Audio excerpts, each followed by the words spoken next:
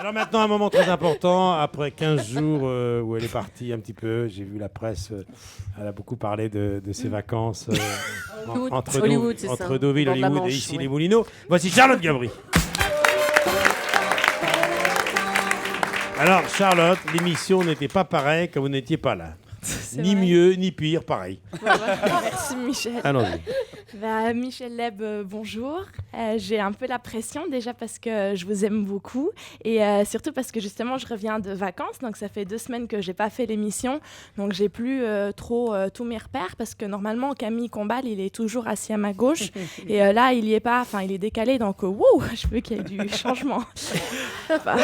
Oui, parce qu'en fait Michel Leb, vous devez savoir que l'émission a repris le 2 janvier à la base, mais moi le 2 je suis partie en vacances justement parce que j'avais besoin de vacances, parce que j'étais fatiguée, j'étais à bout de nerfs. Dès qu'on me disait un truc, j'étais ça va, c'est quoi le problème? Enfin, j'étais hyper au bout de nerfs quoi.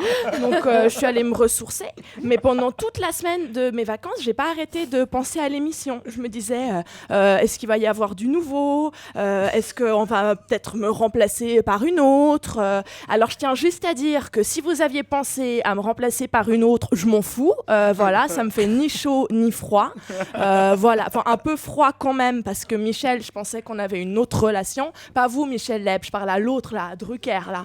Hein, ça y est, Michel. Hein, alors je pars une semaine et on m'oublie. Hein, alors là, je vous connais. Hein, vous allez me jeter la pierre en me disant oui, mais t'es parti en vacances au moment de la rentrée. Et là, je vous répondrai oui, Michel, je suis partie au moment de la rentrée parce que j'avais besoin de vacances. J'estime que si moi je ressens le besoin de partir, je peux partir du 2 au 10, rentrer ou pas, sans avoir besoin de me justifier, merde. Mais bon, comme personne m'a demandé de me justifier, il n'y a pas de raison de s'énerver, quoi. Aucune raison. Donc on va pouvoir commencer.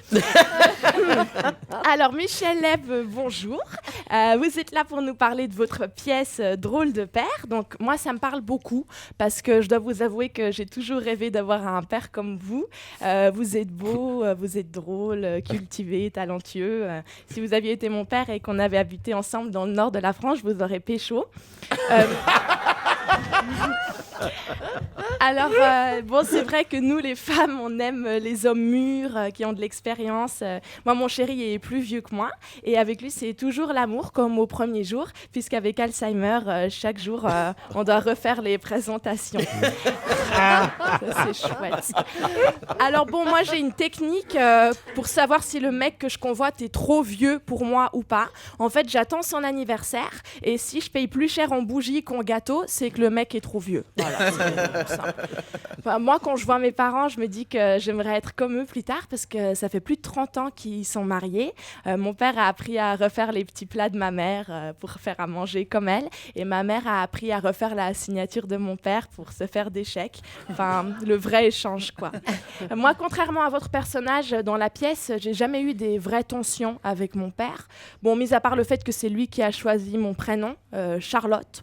Il me reproche souvent de ne pas être assez ambitieuse dans mon boulot, mais en même temps, je ne suis pas sûre que Beyoncé aurait eu la même carrière si elle s'était appelée Charlotte. Hein, And now, ladies and gentlemen, make some noise for Charlotte! All the singer ladies, all the singer... C'est ridicule. Pas la chanson, hein, parce que je sais que je chante divinement bien, mais la situation. Bon, en même temps, je me mets à la place de votre fils dans la pièce. Il n'y a rien qui m'est plus mal à l'aise que mon parent essaye de faire des blagues devant nos potes. C'est chiant. Moi, mon père adorait faire la blague de « t'as une tache pistache ». C'est débile. Un de mes potes, franchement, depuis mon pote, il est traumatisé. Il a ouvert une blanchisserie pour être sûr de plus jamais se faire avoir avec cette blague débile.